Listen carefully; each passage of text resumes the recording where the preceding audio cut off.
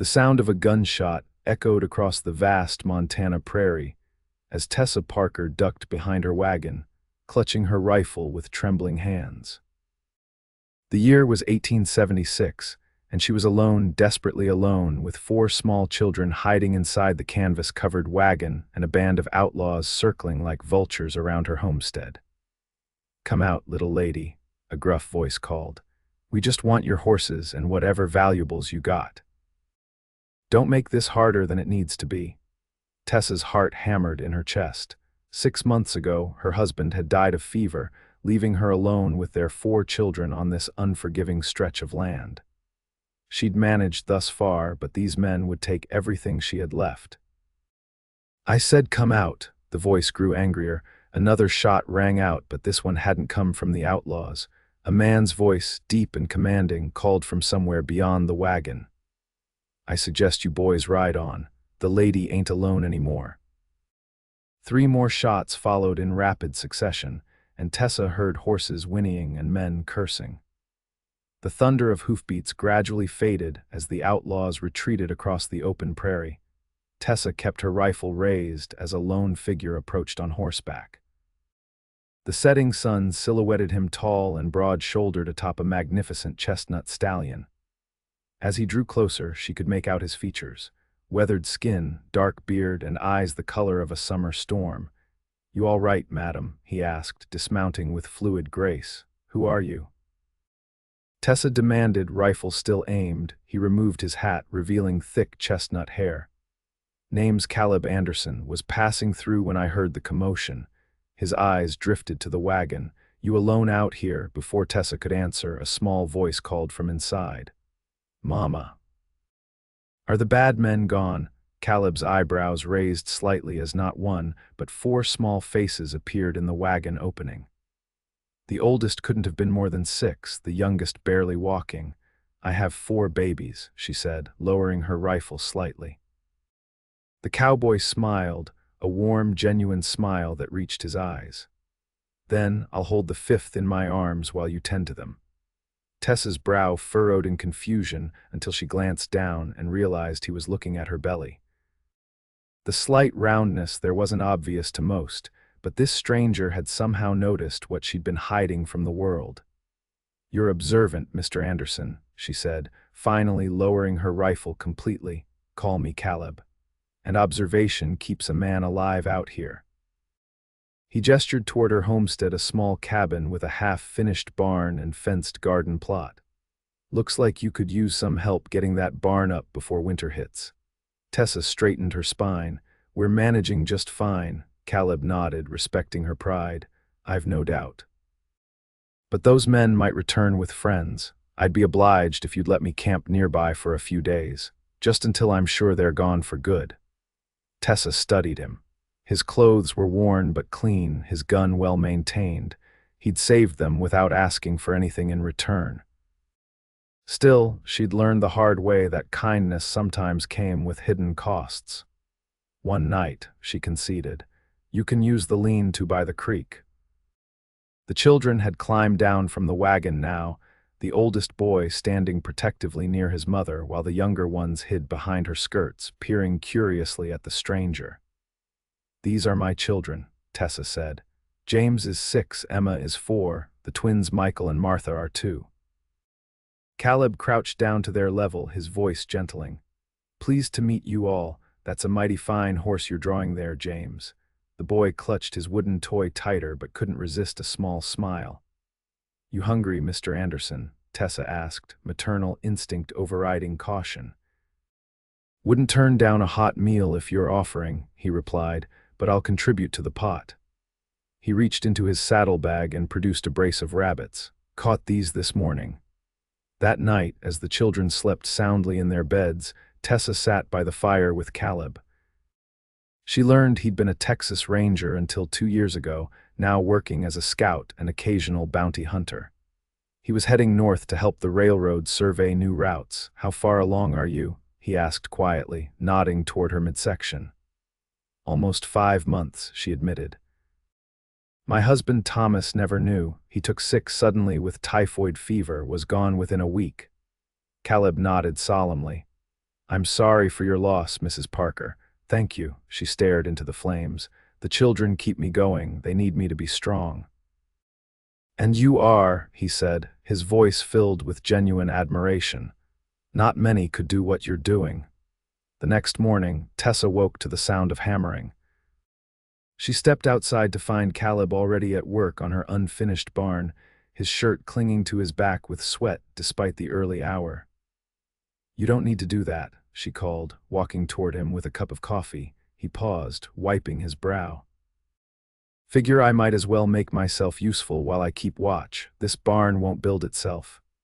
You said one night, she reminded him, though her tone lacked conviction. Those men had Blackwater gang markings, he said, his expression grave. They don't give up easily.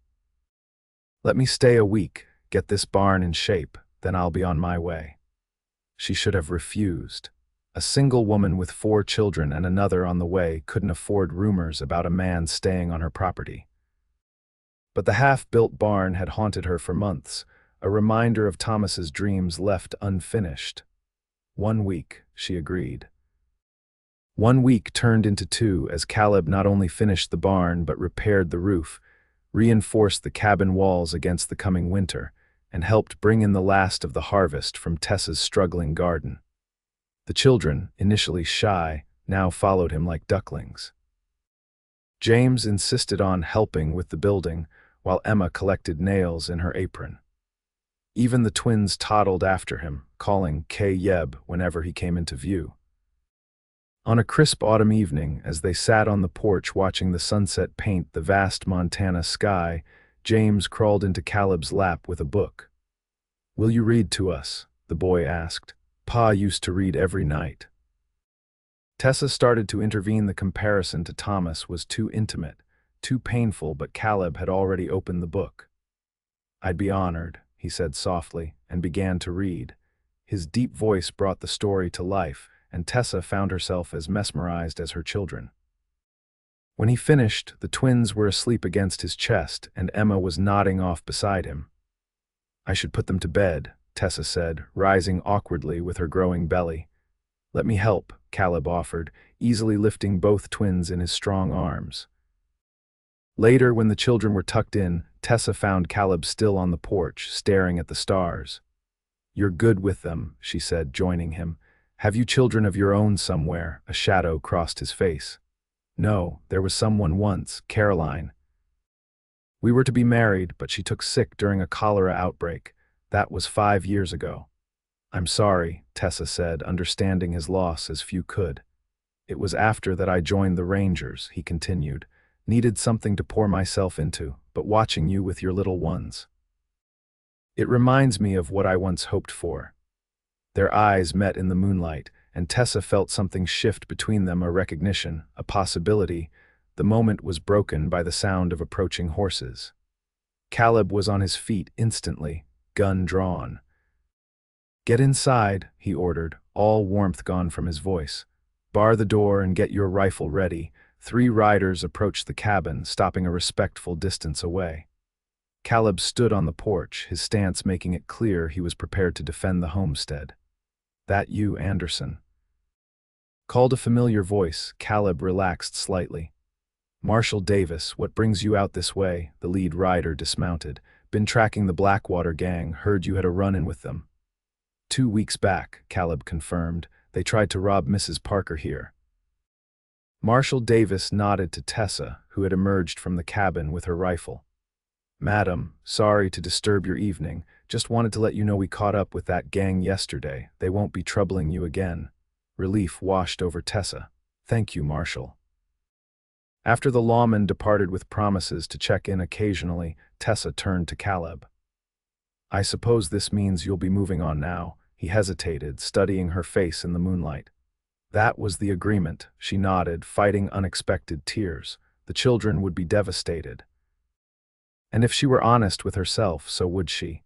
"Unless," he said slowly, "you might need help getting through winter. These northern winters are harsh, especially with little ones," and he gestured to her growing belly. "I couldn't pay you," she admitted. "I'm not asking for payment." His voice was gentle, just a place to belong for a while. The next morning, Tessa watched from the kitchen window as Caleb taught James how to properly groom the horses. The boy was soaking up every word, his small face serious with concentration. In just 2 weeks, Caleb had become something the boy desperately needed a man to look up to. When Caleb suggested building a proper storage cellar before winter set in, Tessa agreed immediately. Each improvement to the homestead made their lives easier and safer. But she couldn't ignore the real reason she wanted him to stay. His presence filled an emptiness she'd been carrying since Thomas died. As the weeks passed, the temperatures dropped and the first snow dusted the mountains to the west. Caleb had become an integral part of their small family's routine. He rose before dawn to tend the animals, worked throughout the day on endless homestead chores, and spent evenings by the fire telling the children stories of his adventures. One night in late November, after the children were asleep, Tessa found Caleb carving by the fire. "What are you making?" she asked, settling heavily into a chair. Her pregnancy was advanced now, the baby active within her. Caleb showed her the small wooden horse taking shape in his hands. Christmas isn't far off, thought the children might like some new toys. The simple thoughtfulness of the gesture touched her deeply. "You've done so much for us, Caleb. I don't know how to thank you." "Being here is thanks enough," he said, his eyes meeting hers with an intensity that made her breath catch. "Tessa," he was interrupted by a small cry. Emma stood in the doorway, tears streaming down her face. "I had a bad dream," she whimpered. Tessa started to rise, but her pregnancy made the movement awkward. Caleb was already crossing the room, scooping Emma into his arms. "Want to tell me about it?" he asked softly. "The bad men were coming back," she whispered. "Those men can't hurt you anymore," he promised, "and I'm right here."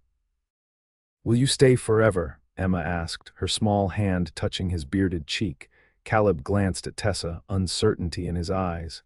"That's for your mama to decide." Later, after Emma had been comforted and returned to bed, an uncomfortable silence stretched between them. "Children say what they're thinking," Tessa finally said. "Emma's grown attached to you." "Just Emma." His voice was careful, measured. Tessa met his gaze. "No, not just Emma." The winter deepened, and with it, the connection between Tessa and Caleb. They never spoke directly of feelings, but it was there in every shared look, every brush of hands as they worked side by side, every evening spent in comfortable conversation after the children were asleep. Christmas morning dawned bright and clear, the world outside transformed into a glistening white paradise. Tessa had warned the children not to expect much. The hard realities of pioneer life left little room for luxuries. But when they gathered around their small tree, there were wooden toys for each child, lovingly crafted by Caleb's hands during late nights by the fire. For Tessa, he'd made a rocking chair, perfect for nursing the baby soon to arrive. "It's beautiful," she whispered, running her hands over the smooth wood. "So are you," he replied quietly, their eyes meeting over the children's excited heads. That night, as snowflakes drifted past the window and the children slept surrounded by their new treasures, Caleb finally found the courage to speak his heart. "I never expected to find this again," he said, his voice low. "A home, a family, you," Tessa's heart hammered in her chest. "Caleb, let me say this," he continued. "I know it hasn't been long since you lost Thomas. I know you might not be ready, but I love you, Tessa. I love your children as if they were my own, and I would be honored to love this new little one the same way." Tears filled her eyes. "Thomas was a good man, and I loved him, but what I feel for you, it's different, deeper somehow." She took his hand and placed it on her belly where the baby kicked strongly. "We love you too." The kiss they shared was gentle, a promise of all that could be. January brought blizzards that buried the homestead in snow drifts taller than a man. February brought with it illness, a fever that swept through the children one by one. Caleb rode through treacherous conditions to fetch the doctor from the nearest town when the twins' fevers wouldn't break.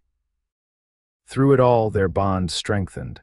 They faced each challenge together, partners in all but name. In early March, as the first hints of spring teased the frozen landscape, Tessa woke in the night with sharp pains. The baby was coming, a month earlier than expected. "Caleb," she gasped, shaking him awake from where he slept near the fire. They had maintained propriety despite their feelings, knowing the community would not understand. He was instantly alert.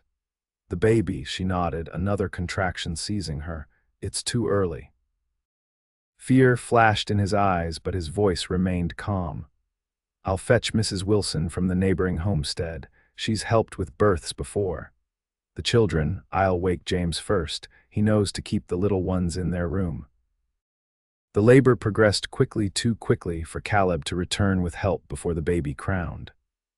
Alone and terrified, Tessa fought to bring her child into the world. When Caleb finally returned with Mrs. Wilson, he found Tessa cradling a tiny, red-faced infant to her breast. "It's a girl," she said weakly, exhaustion evident in every line of her body. "I've named her Hope." Mrs. Wilson took charge, cleaning up and checking both mother and child while Caleb stood transfixed by the tiny new life. "She's perfect," he whispered when Mrs. Wilson finally placed the swaddled infant in his arms, just like her mother. The following morning, as sunshine streamed through the cabin windows, the children were allowed to meet their new sister. They crowded around Tessa's bed, eyes wide with wonder. "She's so small," James marveled. "Was I that small?" Emma asked. "All of you were," Tessa assured them, "but you grew strong and so will Hope." Caleb stood in the doorway watching, his heart so full it threatened to burst. This woman and these children had become his world. He couldn't imagine life without them now. That evening, after Mrs. Wilson had returned home and the children were asleep, Caleb sat beside Tessa's bed, Hope cradled in his arms. "I want to marry you," he said simply. "I want to give Hope my name and the others too if they wish it. I want us to be a real family." Tears glistened in Tessa's eyes. "Yes," she whispered. "Yes to all of it." They were married 2 weeks later in the small church in town, the children standing proudly beside them. Tessa wore a simple blue dress that matched her eyes, with baby Hope sleeping peacefully in a basket decorated with spring flowers. The pastor spoke of new beginnings and God's blessings, but Tessa and Caleb had eyes only for each other. Their hands joined as they spoke vows they had already been living. "I now pronounce you husband and wife," the pastor declared, and the small gathering of neighbors and townspeople erupted in applause. That night, in the privacy of their cabin truly theirs now in every sense, they put the children to bed together. A family united by love rather than just circumstance. When Hope began to fuss, Caleb lifted her gently from her cradle. "I told you I'd hold the fifth in my arms," he reminded Tessa with a tender smile. "You've held all our hearts from the beginning," she replied, watching as he soothed the infant with natural ease. Spring bloomed across the Montana territory, bringing new life to the land. The Anderson homestead flourished under their combined care. Caleb's knowledge of ranching transformed their small plot into a promising cattle operation, while Tessa's garden expanded to feed their growing family. In May, a letter arrived bearing the railroad company's letterhead. They wanted Caleb to resume his scouting work, offering substantial payment that could secure the family's future. "You should go," Tessa said that night, though the thought of his absence pained her. "The money would help us expand the herd." Caleb studied her face in the lamplight. "I'm not leaving you and the children. There was a time when I lived for that work, but now I live for all of you." He wrote back declining the offer, proposing instead that they consider running a supply station for the railroad on their land. It would bring steady income without requiring him to leave home. Summer brought the railroad's positive response, along with the beginning of construction on a small trading post at the edge of their property. By August, the first supply wagons were stopping regularly, bringing news and goods from the outside world. One hot afternoon, as Tessa watched Caleb teaching James and Emma to fish in the creek that bordered their land, she reflected on the extraordinary journey that had brought them together. A year ago, she had been a desperate widow facing an uncertain future. Now she stood on flourishing land, surrounded by a loving family, with a husband who treated all 5 children as precious gifts. "Mama, look," Emma called, proudly holding up a small trout. "I caught one all by myself." "Well done, sweetheart," Tessa called back, smiling as Caleb beamed with paternal pride beside the girl. Hope gurgled in her arms, now 5 months old and thriving. The twins played nearby, building elaborate structures in the dirt with sticks and stones. That evening, with all the children finally asleep, Tessa and Caleb sat on the porch swing he'd built in the spring, watching fireflies dance across the darkening fields. "I received a letter from my sister today," Caleb said. "She's finally coming to visit next month. She's eager to meet her nieces and nephews." "All 5 of them," Tessa said with a smile, leaning her head against his shoulder. "All 5, he agreed, his arm tightening around her, "though I've been thinking." "About what?" she asked, hearing the playful note in his voice. "About how nice it might be to have 6 or 7, Tessa laughed softly. "Let me enjoy having just 5 for a while longer," he kissed her then, tender and loving. "We have all the time in the world." As stars appeared in the vast Montana sky, Tessa thought about the words she'd spoken to Caleb that day when he'd saved them from the outlaws. "I have 4 babies," she'd said, not yet knowing how completely this man would change their lives. 5 children now, and a love that had bloomed unexpectedly in the harshest of circumstances. Their story wasn't perfect life in the West, never was, but it was theirs, built on courage, kindness, and the family they had created together. When hope cried out from inside, Caleb rose immediately. "I'll get her," he said, kissing Tessa's forehead. "You rest." Tessa watched him go, this man who had ridden into their lives when they needed him most. Through the open door she heard him speaking softly to the baby, his deep voice soothing her cries. "Hush now, little one," he was saying. "Papa's here. Papa's got you." And in those simple words was everything she had ever wanted: safety, belonging, and a love that encompassed all 5 of her children, especially the 5th that Caleb now held tenderly in his arms.